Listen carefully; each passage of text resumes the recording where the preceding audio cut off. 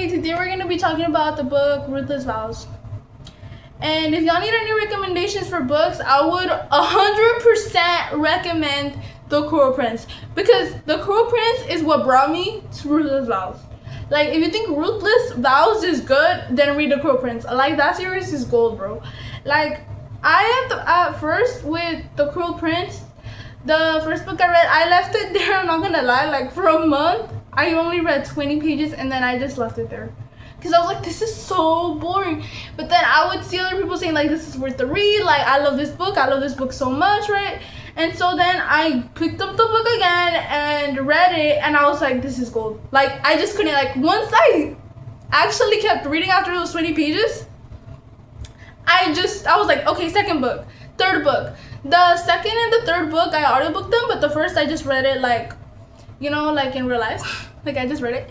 So yeah, and I was just like, this is gold. Like, literally, like second and third, like this, like audio. Okay, let's start reading. Prologue. Enva. There was never any doubt in her mind, even after all these dust-streaked mortal years, that Thacker would one day come for her. Enva knew her music would only hold him in his grave for so long. It didn't matter how much she had sacrificed to sing it.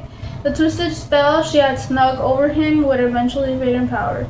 She had strummed the lullaby for the entire turning of a year, from spring to summer, when gray storms turned the world green and soft, and then from summer to autumn, when the trees turned umber and gold and rime cast a cloak over the dying grass. From autumn to winter, when mountains grew fangs of ice and the air was brittle, and then to spring once again. I want to add that when I read the book, I love the way that everything was written. Like, it was written so beautifully, like everything.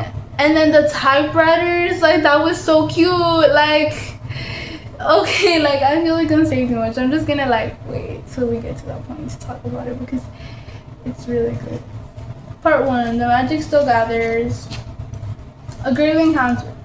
Spring had at last found the city of old, but even the flood of sunshine couldn't melt the frost in Iris Window's bones. She knew someone was following her as she walked through the bustle of Broad Street. Over tram tracks and scuffed cobblestones, she resisted the temptation to glance behind instead of forcing her hand into the pockets of her trench coat as she stepped over a row of weeds blooming from the pavement cracks. She thought Forrest was following her, but in reality, it was another dude. So, yeah.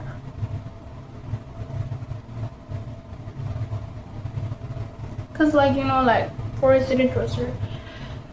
Oh, it was so sad. No, I genuinely, like, in the first book, I was so sad when, like, I was super happy that Forrest just, like, randomly, like, popped up. I was like, oh my god, Forrest came back for his sister. I was like, plot twist when he fought for Dacre, I don't know what his name is. I was like, that's a plot twist right there.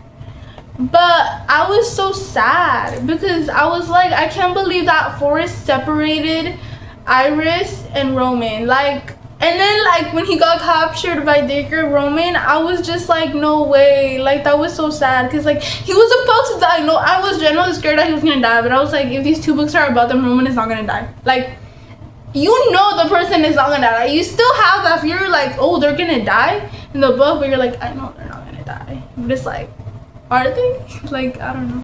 My thoughts on the relationships that Addie, Marisol, and Iris have together, I think that is so cute. I think it's so cute, like, how the three of them really care for each other, especially like in how there's a war going on. It's like, I love it, but at the same time it breaks my heart, because like they feel so scared, you know, to lose each other. Like, they feel so scared, because like there's so much going on, you know. Like, my other thoughts are, I don't like how Mr. Kit treats other people, especially Iris. Like, I would feel like he would let those thoughts aside of money and, you know, like the poor, the rich, and like who Roman should be with, because like generally, like, I would think that Mr. Kit would want Roman to be happy at the end of the day, because he cares for his son. Like, he actually genuinely cares for his son. Like, it's not like he doesn't. Like, Like, Mr. Kid doesn't care for his son, Roman. But it's just like, why do you think this way? That you don't want your son to be happy? Yeah, like, when Mr. Kid went to her house, I was like, what the hell? Let's look into that right now. Let's look into that. Okay, so, understand, Mr. Kid continued. Why my son would give up everything to go work for a dingy satirizing newspaper on the war front. Why he would give up his position at the Old Gazette. See, he just doesn't understand. Why he would disobey me and shatter his mother's heart for a second time. It was unfathomable to me until I read your first article in the Tribune, and then it all made sense. He went to go and get you, Iris. He went over there. You see, Miss Winnow, Roman has always been drawn to stories and words. Ever since he was lad, sneaking into my library to steal books off the shelves. It's why my mother-in-law gave him a typewriter for his 10th birthday, because he had dreams of being a novelist. Of writing something that mattered to others. It's why he wanted to go to university and spend his hours doing nothing more than analyzing other people's thoughts and trying to pen his own. Wow. That's crazy. I don't know. I'm saying that your words have bewitched him. Like, okay. And I need you to let him go. Why don't you want your son to be happy? Like, I swear. She had to smother the burst of laughter. She wanted to escape her. Yeah, guys, I'm skipping through. So, like, I read something and it's like, why did you just, like, go to that other sentence? Like, it has nothing to do with what you just said. Well, I'm skipping through, you know. I see was all he said. Wait, we're going back. The moment Roman had slipped it into her finger, how the stars had started to burn overhead, the flowers sweetening the dust around them. Her restless motion drew Mr. Kit's attention to her hand. Iris saw him note the shine of the ring. The finger it claimed. A terrible expression stole across his face. He cleared his throat. I see. Are you with child? Bruh, like there's no way. Iris startled as if he had slapped her. What? For I can't grasp no other reason as to why my son would legally fasten himself to one such as you. A low-born, freckled girl? Freckled-faced girl who wants to drain him of his inheritance, of course. Roman has his honor, although he often misplaces it. You followed me to work this morning. Iris beginning to list his offenses on her left hand, just so he could continue to see the gleam of her order. You broke into my flat, you know that looked through all my personal belongings. You have now insulted me in such a way that I have nothing more to say to you.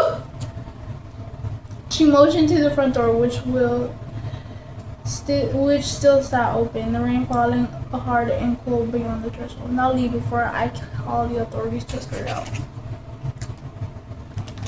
She waited until she had closed and locked the door before she slowly sank to her knees.